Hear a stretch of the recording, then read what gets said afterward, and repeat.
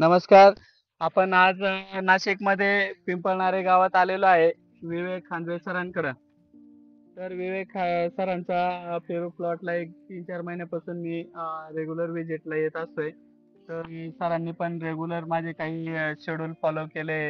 आता सरांचं बऱ्यापैकी 80-90% माल हार्वेस्ट झालाय आणि चांगलं कामकाज आहे. त्यांना थोडेसे सुरुवातीला निमॅटोडच्या वगैरे अडचणी होत्या, पण आपण त्यांना ते पण सुचवलं. त्यांनी ते फॉलो केलं. तर बऱ्यापैकी आज त्यांना खूप चांगलं म्हणजे जाणवत आहे, की बुवा सर एकदम चांगले रिपोर्ट आले, चांगला माल निघाला, चांगली क्वालिटी झाली.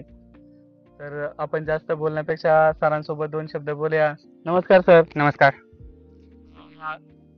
काय आहे तुम्हाला पेरू बागेमध्ये काम करताना काय काय अडचणी आल्या, काय काय अनुभव आले, आमची कितपत मदत मिळाली तुम्हाला, ते 2 शब्द बोला सर. ओके. नमस्कार, मी Vivek Khandave, Pimpalnare, taluka Dindori. First of all Gutle सरांचं खूप खूप अभिनंदन आणि धन्यवाद.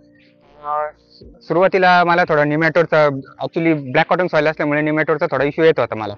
आणि व्हॉट्सअपवर युट्यूबवर काही व्हिडिओज वगैरे स्क्रोल करताना सरांचा युट्यूब चॅनल वगैरे मला लक्षात आलं. तर मग त्यांना कॉन्टॅक्ट केलं आणि त्यांच्या ट्रीटमेंट तिथपासून आपली चालू झाली. सरांची रेग्युलरली दर गुरुवारी व्हिजिट असते आपल्याकडे आणि त्यानुसार त्यांनी सांगितल्याप्रमाणे निमॅटोशिल्ड, रूट मॅक्स आणि किटाजेन असे तो निमॅटोडसाठी स्पेशली डोस असतो. तो डोस त्यांनी मला रेकमेंड केला होता. तो डोस दिल्यानंतर आता साधारण 1.5 महिना झालाय तो डोस देऊन. एकदम बाग कुठेही पिवळेपणा कुठेही राहिलेला नाही, एकदम बेस्ट आहे. सेकंड साईजचा एकदम उत्तम हे झालेलं आहे. आणि आता हार्वेस्टिंग कधीपासून सुरू होते सर आपले? हार्वेस्टिंगला जवळपास 1 महिना 1.5 महिना झालेला आहे. ऑलमोस्ट 90%, 85 to 90% माल आपला गेलेला आहे. 9 टनाच्या आसपास आपलं ऍव्हरेज बसलेलं आहे.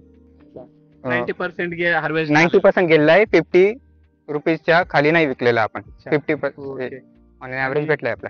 कसं काय वाटतं सर पेरू पिकाबद्दल तुम्हाला? चांगलं आहे खूप.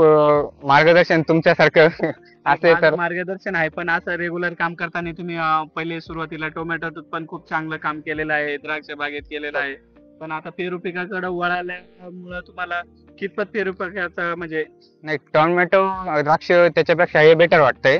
थोडं सोपं पण वाटतंय आणि क्लायमेटचा इतका प्रभाव नाहीये त्यावरती. जसं की टोमॅटोला अति पाऊस वगैरे, फुलझड वगैरे, तर तो इश्यू इकडे येत नाही. बागेत पण तशा खूप साऱ्या अडचणी येस येस येस की जीर्ण वगैरे. हो. मग याचं कसं आहे तो इश्यू इकडे येत नाहीये. काडी स्टॉप केली का परत माल निघतोय, काडी स्टॉप केली का परत माल निघतोय. आणि मार्केट कुठल्या मार्केटला काय इथं लोकल नाशिक जागेवरही दिलंय, नाशिक मार्केटलाही नेलं. काही व्यापाऱ्यांना बऱ्यापैकी माल मी 70% माल जागेवर दिला. उर्वरित मी काही मार्केटला पण नेला. चांगले रेट भेटले. जागेवरच दिलं? जागेवरही चांगला प्रतिसाद मिळाला आणि व्यापाऱ्यांना आता किती महिन्याचं झाड झालंय सर आपल्या लागवड? साधारण 1.5 वर्षाचं झालं सर.